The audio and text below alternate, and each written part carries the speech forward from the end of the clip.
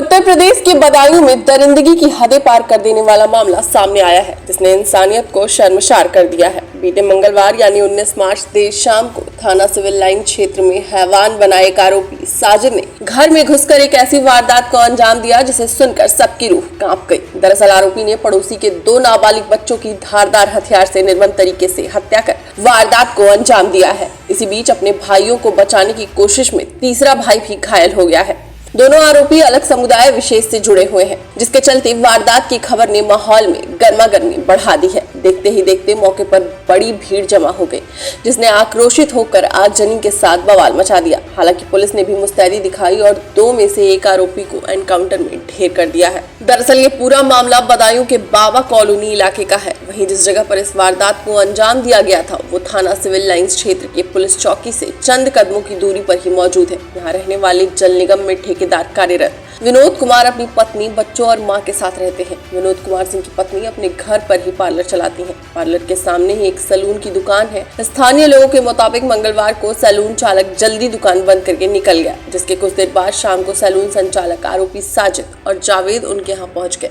इस वक्त महिला बच्चों के साथ घर पर अकेली थी। आरोपी साजिद ने अपनी पत्नी को महिला जिला अस्पताल में डिलीवरी होने का हवाला देते हुए पड़ोसी की पत्नी से 5000 रुपए उधार मांगे। इसी दौरान आरोपी साजिद को संगीता ने चाय पिलाने के लिए बैठाया और खुद चाय बनाने चली गई, जबकि दूसरा आरोपी जावेद बाहर ही बैठ गया। चाय पीते पीते आरोपी साजिद मकान की तीसरी मंजिल पर जा पहुंचा, जहां विनोद के एक एक कर 3 बच्चों को उसने ऊपर बुलाया। एक बच्चे को गुटखा लेने के लिए दुकान पर भेज दिया। फिर उस पर ऐसा खूनी भूत सवार हुआ कि उसने नाबालिग 2 सगे आयुष हनी को धारदार हथियार से काट डाला और उनकी निर्मम हत्या कर दी। जबकि बीच वाला बेटा गुटखा लेकर जब वापस पहुंचा तो अपने भाइयों को बचाने लगा। आरोपी ने उसे भी जानलेवा हमला कर घायल कर दिया। किसी तरह वो जीने से आरोपी की चुंगल से छुटकर नीचे पहुंचा और चीखने चिल्लाने लगा। आरोपी साजिद खून से सना बेखौफ दूसरे आरोपी जावेद के साथ फरार हो गया। हमारे 2 भैया के बच्चे थे, वो बहुत चलो पहले वहाँ कार्रवाई दुकान है की वो कटुआ साले, उसने हमारे भैया के बच्चों के लिए 2 पेड़ रहने से मारा है। हमें इंसाफ चाहिए, खून का बदला खून चाहिए। नाम उसका बच्चे का उसका नाम तो नहीं पता है।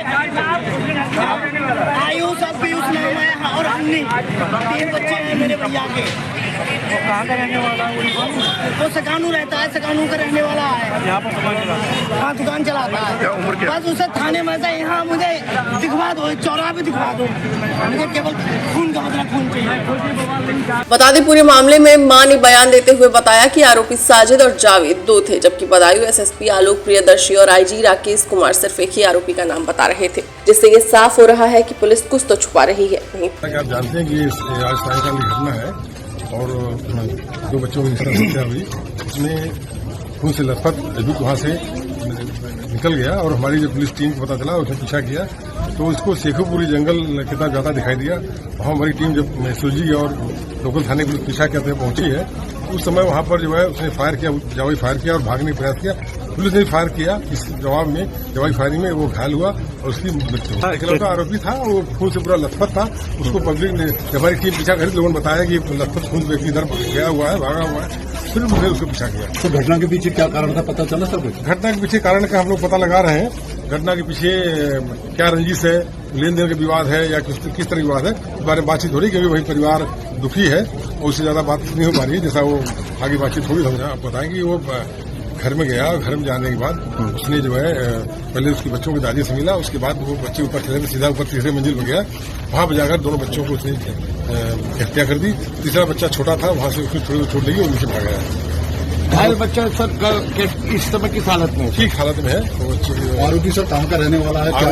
आरोपी का नाम साजिद सना बाबू है, सिखान रहने वाला है। इसका नाम साजिद सना बाबू। पीड़ित विनोद का परिवार रात से ही चौकी पर धरना दिए बैठा हुआ है।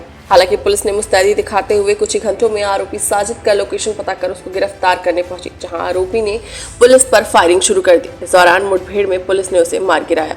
वहीं आपको बता दें, इस मामले पर अब सियासत गर्मा गई है। समाजवादी पार्टी ने बीजेपी पर निशाना साधते हुए तनाव जारी कर चुनाव जीतने का आरोप लगाया है।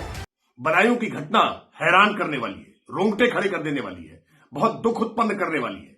लेकिन ऐसी घटना पर समाजवादी पार्टी घटिया राजनीति पर उतर रही है, घटिया राजनीति करके व्यर्थ के आरोप कर रही है।